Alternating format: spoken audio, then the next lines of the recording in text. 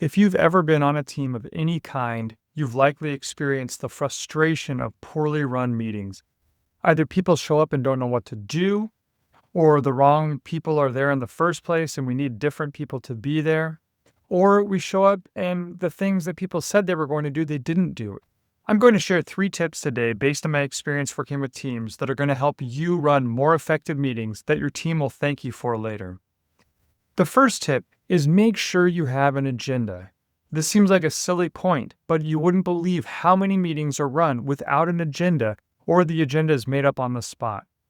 So it's going to be crucial to make this agenda ahead of time and send it out. If you're meeting with teams weekly, send it out a couple of days ahead of time. You might even invite people on the team to add to the agenda, but you're monitoring closely to make sure that whatever they add is relevant. And if you can solve it with just a quick conversation, you do that and don't bring it to the actual team. Now, what's on the agenda is just about as important as sending it out ahead of time. You want to make sure that you have follow-ups on action items that happened before. You want to have important discussion points that are going to need the opinions of many different people on the team. And finally, you want to end in closing, making sure we know what's going to happen next. Now, the second tip to running a really effective meeting is making sure the right people are there. This goes in a couple of different ways. First, you want to make sure that there's enough people there that's going to make it worthwhile.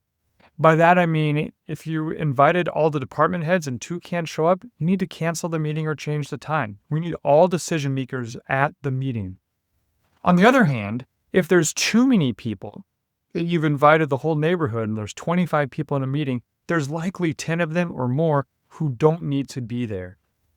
The key size to look for when you're thinking about running an effective meeting is really 4 to 8 participants. That gives you enough people that you have different opinions and enough buy-in and enough decision-making in the meeting that you can run it effectively, but not too many people, meaning that a couple are just going to sit there and be informed. You can always send out notes to people who weren't at the meeting, who just need to know what's going on. So make sure you plan the meetings with 4 to 8 people and the right people are there. Now, the third tip is the most important. Make sure that at the end of the meeting, you agree on who is going to do what after the meeting. You need to agree on the action items to move forward. So let's say that Spencer said that he's going to send an email to marketing to get their feedback about a new marketing campaign.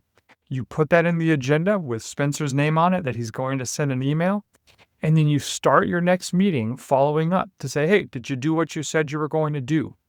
Even better yet, if Spencer can let the team know in between times, like, yep, I sent to marketing and here's my data, then you don't even need to address it at the next meeting, but just check it off to say, yes, that happened.